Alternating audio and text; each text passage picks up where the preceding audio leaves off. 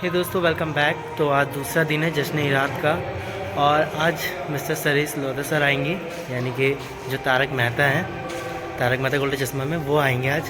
तो वो 12:30 से आएंगे और अभी मैं स्टेडियम में ही हूँ। यहाँ एक मैच चल रहा है हॉकी का, मैं दिखाता हूँ।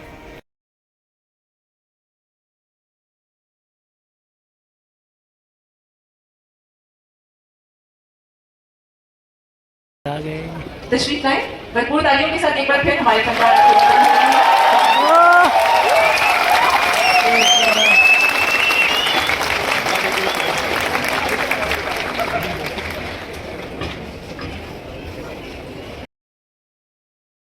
ये कविता मैंने बहुत बरस पहले लिखी थी और ये अपनी बेटी के लिए लिखी थी। मुझे नहीं मालूम था ये जनता की कविता है। तो कविता कारण सिर्फ इतना सा था कि हम अपनों के साथ रहते हैं लेकिन अपनों के साथ नहीं रह पाते। हम अपनों के साथ रहते हुए कितना दूर हो जाते हैं हमें पता ही नहीं चलता। वो ये था, मैं मुंबई में काम करता था, बिटिया आज भी वहीं करता हूँ। बिटिया जोधपुर में रहती थी राजस्थान में, अब तो वो विदेश में रहती है।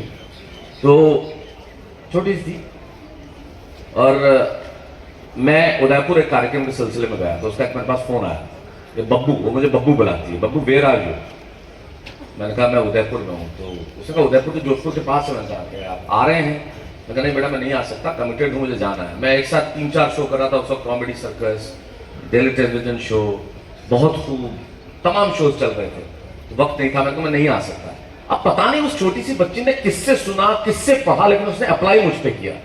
उसका फोन आया 5 मिनट बाद और मुझे कहती है कि अगर आप कहीं जाते हैं एक दिन किसी कार्यक्रम में शिरकत करने के लिए तो कितने पैसे लेते हैं, क्या चार्ज करते हैं? मैंने कहा तुम ये सवाल क्यों पूछ रही हो? कि नहीं अगले हफ्ते जो है मेरा स्कूल में मेरा एनुअल डे है और मैं परफॉर्म कर रही हूँ, तो क्या मैं प्रिंसिपल से कहूँ कि आपको एज ए चीफ गेस्ट बुलाए तो आप कितने पैसे लेंगे? यकीन मानिए मैं उस दिन दुनिया का सबसे गरीब आदमी हो गया। मेरे पास सब कुछ था लेकिन इस सवाल का जवाब नहीं था।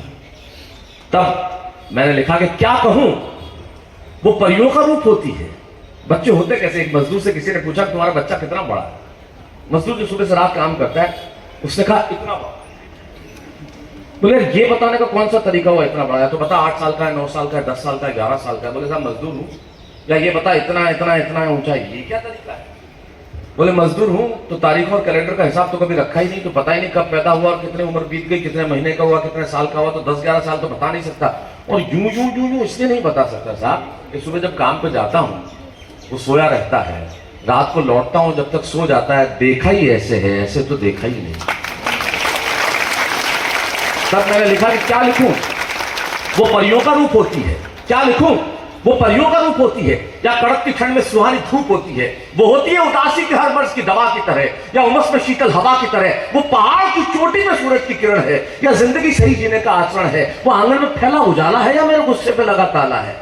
आप जब घर में गुस्से में जाते हैं तो माए बच्चों को आगे कर देती है कि ताकि बाप का गुस्सा शांत हो जाए। क्या लिखूं, वो परियों का रूप होती है, या कड़कती ठंड में सुहानी धूप होती है। वो होती है उदासी के हर मर्ज की दवा की तरह, या उमस में शीतल हवा की तरह। वो पहाड़ की चोटी में सूरज की किरण है, वो जिंदगी सही जीने का आचरण है। वो आंगन में फैला उजाला है, या मेरे गुस्से पे लगा ताला है। वो आकाश गंगा जो झिलमिलाती है, वो हंसी की नदी जो सिर्फ खिलखिलाती है। वो ताकत जो छोटे से घर को महल कर दे, वो काफिया जो किसी गजल को मुकम्मल कर दे।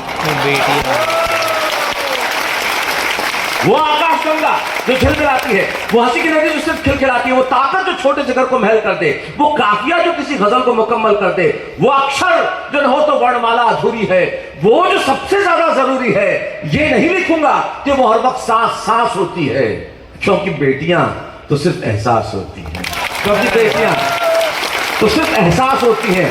उसकी आंखें न गुड़िया मांगती है न खिलौना। बच्चे हमसे चाहते क्या और हम देते क्या है। उसकी आंखें न हमसे गुड़िया मांगती है न खिलौना। घर कब आओगे, बस एक छोटा सा सवाल सलोना। हर बच्चा यही पूछता है, घर कब आओगे, एक छोटा सा सवाल सलोना। जल्दी आऊंगा, अपनी मजबूरी को छुपाते हुए देता हूं जवाब।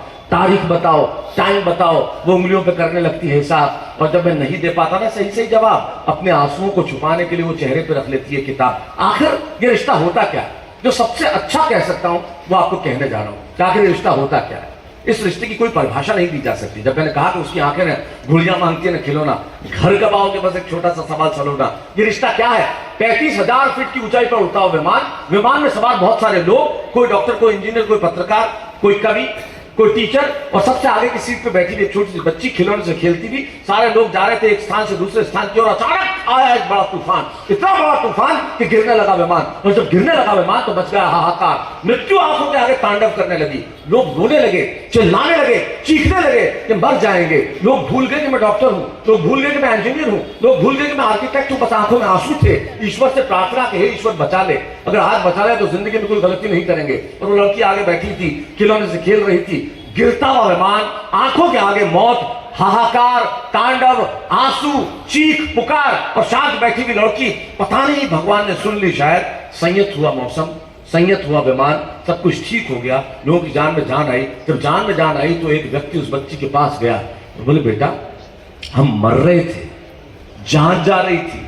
लगभग मैं आपको समर्पित करता हूं, आप बेटी हैं तो आपको समर्पित करता हूं। जान जा रही थी, हम मर रहे थे, रो रहे थे, मैं डॉक्टर हूं, ये इंजीनियर है, प्रोफेसर है, हमारी आंखों में आंसू थे। और बेटा तुम यहाँ बैठी हुई खिलौने से खेल रही थी, बेटा तुम्हें दिखाई देता है ना? उसे लगा शायद बच्चे को दिखाई नहीं देता। बोले तुम्हें दिखाई देता है ना बेटा? कि हाँ अंकल मुझे सब दिखाई देता है। बेटा तुम्हें सुनाई देता है? बोले हाँ अंकल मुझे सब सुनाई देता है। तुम सब देख रही थी, सब सुन रही थी, तुम्हें डर नहीं लगा? कि नहीं अंकल मुझे डर नहीं लगा, क्योंकि इस प्लेन के जो पायलट है ना वो मेरे पापा है।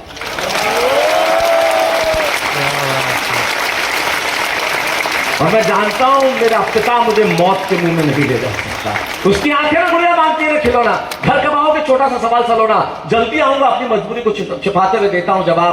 तारीख बताओ, टाइम बताओ, वो उंगलियों पे करने लगती है हिसाब। और जब नहीं दे पाता ना सही सही जवाब, अपने आंसुओं को छुपाने के लिए वो चेहरे पे रख लेती है किताब। वो मुझसे ऑस्ट्रेलिया में छुट्टियां, मर्सिडीज की ड्राइव, 5 स्टार होटल में डिनर या नए नए आईफोन नहीं मांगती। ये वो तमाम चीजें हैं जो हम खरीद के देते हैं, पर जो दे सकते हैं और नहीं देते वो सुनना। वो मुझसे ऑस्ट्रेलिया में छुट्टियां, मर्सिडीज की ड्राइव, 5 स्टार होटल में डिनर या नए नए आईफोन नहीं मांगती। न कि बहुत सारे पैसे वो अपने गुल्लक में उड़ेलना चाहती है, वो बस कुछ देर मेरे साथ खेलना चाहती है। और मैं वही बेटा काम है, बहुत जरूरी काम है, नहीं जाऊंगा तो कैसे चलेगा, जैसे दुनियादारी के जवाब देने लगता हूं। और वो सपने में खेलते हुए सोती है और रात को सपनों में ही मेरे साथ रोती है। और हम समझते हैं सपनों में मेरे साथ रोती है, जिंदगी में जाने क्यों इतनी उलझ जाती है। और हम समझते हैं कि बेटियां सब समझ जाती हैं, बेटियां सब समझ जाती हैं। कि मैं बच्चे ढूंढ रहा हूं, मुझे लगता है मैं ये आपको सुना दूं। अगर आपके पास कोई और सवाल है तो बताएं। नहीं, आप कविता सुनाएं, उसके बाद आप सुनाता हूं। मैं बच्चे ढूंढ रहा हूं, बच्चे जो मां की लोरी सुने। आजकल कहां होता है ऐसा? मैं बच्चे ढूंढ रहा हूं बच्चे जो मां की लोरी सुने, जो बच्चे धागों के टुकड़ों में सपने बुने। वो बच्चे जो मां की लोरी सुने और धागों के टुकड़ों में सपने बुने। बच्चे जो कंप्यूटर में आंखें न गड़ाए, बच्चे जो कंप्यूटर में आंखें न गड़ाए, बच्चे जो मौका मिलते ही मोहल्ले में खेलने निकल जाए, बच्चे जो मौका मिलते ही मोहल्ले में खेलने निकल। एक जमाना था जब माएं चिल्लाती थी घर में कब आएगा, घर में कब आएगा, आप कहती बाहर कब जाएगा। हमेशा कंप्यूटर के सामने। बच्चे जो कंप्यूटर में आंखें न गड़ाएं, बच्चे जो मौका मिलते ही मोहल्ले में खेलने चले जाए, बच्चे जो नारंगी की गोली चूसे और मुस्कुराए, बच्चे जो नारंगी की गोली चूसे और मुस्कुराए, बच्चे जो बॉर्नविटा के डब्बे से बॉर्नविटा चुरा के खाए, बच्चे जो बॉर्नविटा के डब्बे से बॉर्नविटा चुरा के खाए, बच्चे जो लूडो में अपनी गोटी चुपके से आगे खिसकाए। मैं बच्चे ढूंढ रहा, बच्चे जो लूडो में चुपके से अपनी गोटी आगे खिसकाए, बच्चे जो अपने पापा को सबके पापा से अच्छा बताएं, बच्चे जो अपने पापा को सबके पापा से अच्छा बताएं, बच्चे जिन्हें पतंगों से भरा आसमान अच्छा लगे। मेरी अगली पंक्ति के दर्द को समझना जो आज हम देख रहे हैं, जो नहीं होता। बच्चे जिन्हें पतंगों से भरा आसमान अच्छा लगे, बच्चे जिन्हें घर में आया मेहमान अच्छा लगे, बच्चे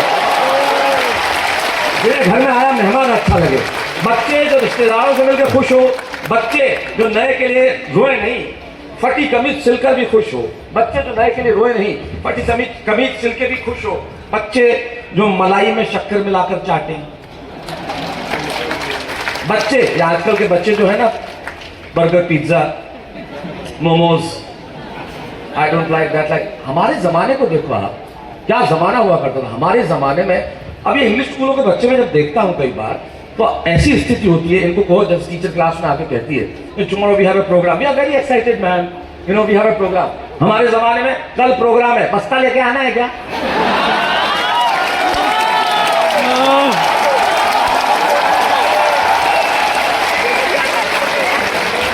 हम उस जमाने के लोग, ये लोग आईफोन आईपैड पे खेलते, हमने सारी उम्र अखबारों में लोगों की दाढ़ी मूछ बनाने में निकाल दी। मैं अंग्रेजी स्कूलों के बच्चे देख रहा था, कोई जू में गए चिड़ियाघर में देखने, तो एक बच्चा दूसरे से बहुत तहजीब के साथ, तो मंकी स्लीपिंग डोंट डिस्टर्ब, और हमारे जमाने में मार इसका तेरा हाथ सो रहा है वहां पर। इन्हें चाहते ही सब कुछ मिल जाता है। हमें 2-2 रुपए के लिए 2-2 घंटे नागिन डांस करना पड़ता था घर में, जब नागिन मिलता है।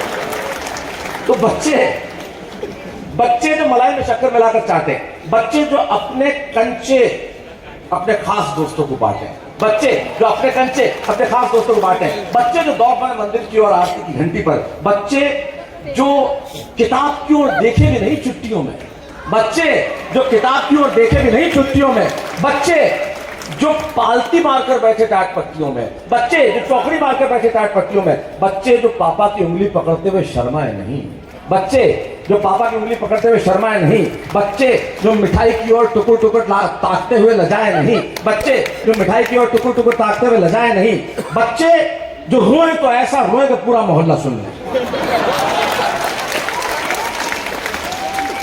बच्चे जो रोए तो ऐसा रोए कि पूरा मोहल्ला सुन ले, बच्चे जो दिल में आंखें बंद कर लेट जाए पर न सोए, बच्चे जो आंखें बंद कर लेट जाए पर न सोए और पूरा मोहल्ला सुन ले, इस तरह से रोए, बच्चे जो बुआ से कहें पापा से कहो ना पिक्चर ले जाए, बच्चे जो बुआ से कहें कि पापा से कहो ना पिक्चर ले जाए, बच्चे जो अपनी कुल्फी दूसरों के बाद खाएं, बच्चे जो अपनी कुल्फी दूसरों के बाद खाएं, बच्चे जो ठंड में बाथरूम में जाने से डरे, बच्चे मैं ढूंढ रहा हूं बच्चे जो ठंड में बाथरूम में जाने से डरे, बच्चे जो जब जी चाहे जिद करें, बच्चे जो जब जी चाहे जिद करें, बच्चे जो चढ़े दादाजी के पेट पर, बच्चे जो कॉमिक्स पढ़े उल्टे लेटकर, बच्चे जो चढ़े दादाजी के पेट पर, बच्चे जो कॉमिक्स पढ़े उल्टे लेटकर, बच्चे जो बीच की घी वाली रोटी का टुकड़ा सबसे पहले लेने लगे, बच्चे जो बीच की घी वाली रोटी का टुकड़ा सबसे पहले लेने लगे, बच्चे जो स्कूटर के आगे खड़े होकर हॉर्न बजाएं, बच्चे जो स्कूटर के आगे खड़े होकर हॉर्न बजाएं, बच्चे जो चौक से मोर बनाएं, बच्चे जो कभी कभी फ्रॉक पहनकर दीदी बन जाए, बच्चे जो कभी कभी फ्रॉक बनकर दीदी बन जाए, बच्चे जो बात बात में विद्या की कसम खाएं, बच्चे जो बात बात में विद्या की कसम खाएं,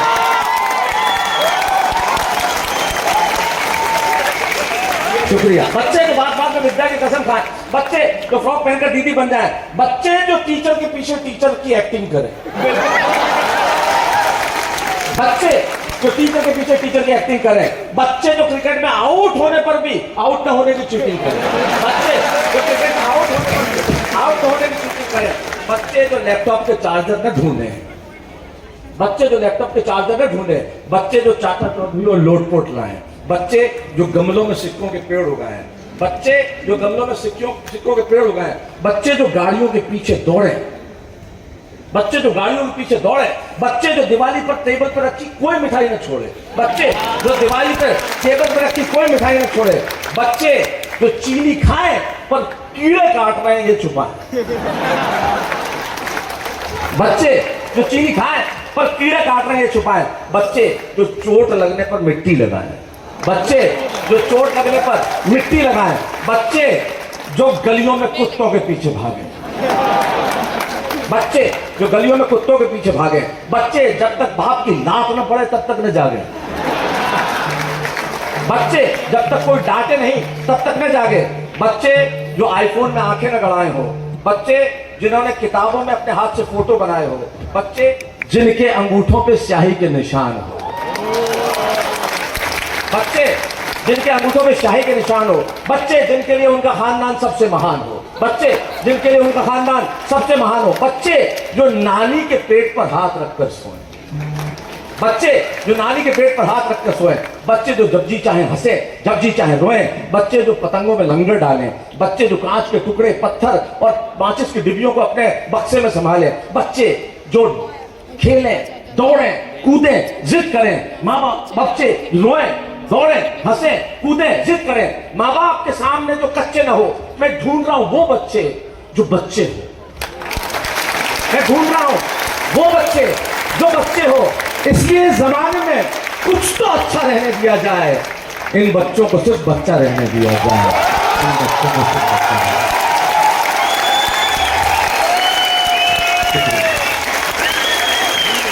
दोस्तों आज की वीडियो जो है वो थोड़ी बड़ी है क्योंकि आज सले सर आए थे और उन्होंने इतनी प्यारी प्यारी कविताएं सुनाई, शायरी सुनाई कि मैं कंफ्यूज हो गया कि आपको कौन सी दिखाऊं। तो मैंने उनकी सिर्फ 2 कविताएं लिए, एक बेटी के ऊपर जो उन्होंने सुनाई थी और एक बच्चे के ऊपर जो उन्होंने कविता सुनाई थी। तो वो मैंने आपको दिखाई है वीडियो में। आपको कैसी लगी वो मुझे कमेंट में बताना एंड आई होप आपको आज की वीडियो अच्छी लगेगी। अगर अच्छी लगी तो लाइक एंड सब्सक्राइब करना मेरा चैनल। मिलते हैं नेक्स्ट वीडियो के साथ। Bye bye.